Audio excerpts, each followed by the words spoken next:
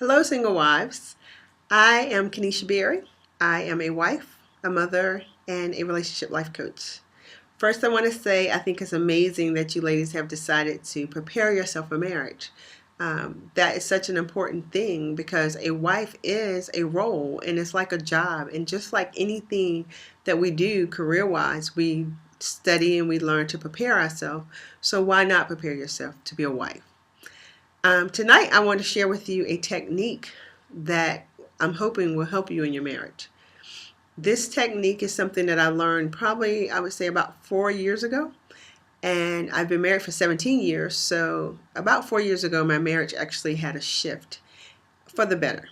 So, this technique is called the 6 basic needs. As humans, we all have 6 basic emotional needs. And once we learn our need, we can speak from our need and we can identify what's really going on inside of us when we're having an extremely emotional time. Let me tell you what the needs are. Your first need is the need for significance or the need to feel important. And these needs are in any type of order. So the first, again, is the need for significance or importance. The second one is the need for safety or security. The third one, love and connection. The fourth being variety. Variety is stimulation or change. The next one is growth. And then the last one is contribution. So what you learn once you learn your 6 basic needs is that we all have about 2 needs that kind of dominate our personality and dominate what it is we're trying to do in our behaviors. So at all cost and at all times, we're trying to get a need met. For me, my 2 dominant needs are the need for safety and the need for significance. The way this has helped me in my marriage is I've learned to speak from my need instead of from my emotion. And my husband understands his 6 basic needs as well, and he understands mine. So when I speak to Andre from my need, it just kind of shifts the conversation and it just helps us to communicate on a deeper level. So I'll share with you an example of how we've been able to use this. When Andre and I first got married, he used to love playing flag football. And actually, he still does enjoy playing flag football. But when we was young in our marriage, he would play like every Saturday and Sunday. At the time, I didn't know anything about these 6 basic needs. And I didn't know how to communicate from any other place but my emotions. So everything was, I feel. And spending every weekend playing flag football for me, I mean, it's only so many times I feel like going out and watching a game. But the problem wasn't him playing football. The real problem was I didn't feel significant. I didn't feel important enough for him to spend that time with me instead of playing football. And back then, instead of being able to communicate that, we would spend hours arguing about why do you have to go play football? It's so stupid. I would use those kind of words where he felt attacked. But the day I learned how to, and we didn't keep for 17 years, we didn't argue about football. But the day I learned how to speak from my need, it changed the conversation.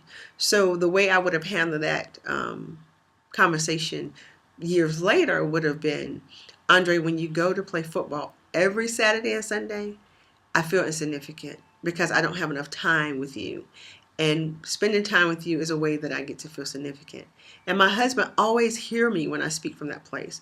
Because as a husband and a good husband, most men who will commit to making you his wife, they want to supply your needs. Not always your wants, and definitely not what you're whining about, but they definitely want to supply your needs. So when you can speak from a place of need instead of emotion, men hear you clearly. They understand you better.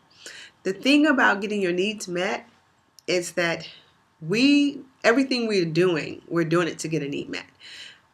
So whether it's positive or negative, at all costs, for me feeling the need to be significant, I'm going to get that need met. So the negative way I would get my need met when Andre was off playing football was I may spend the day with my girlfriends and I would spend the time complaining. Girl, can you believe he's playing football again this weekend? Oh, he's gone again. He just don't ever spend time with me. And so when my girlfriends would come, in their way, they were comforting me by going, girl, I can't believe that. Really? You're going through this again?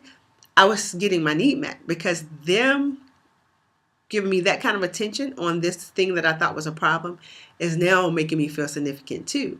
So that is what I mean when I say at all costs, we're still working to get our need met.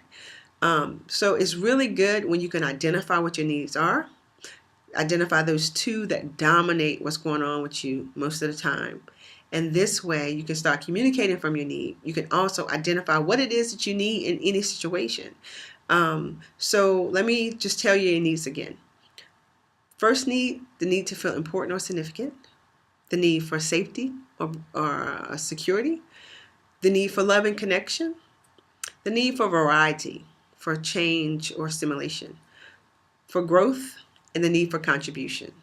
So I would encourage you to take the time, spend some quiet time by yourself, write down these needs, and really search your soul and figure out which one of these needs or which two of these needs dominate who you are the majority of the time.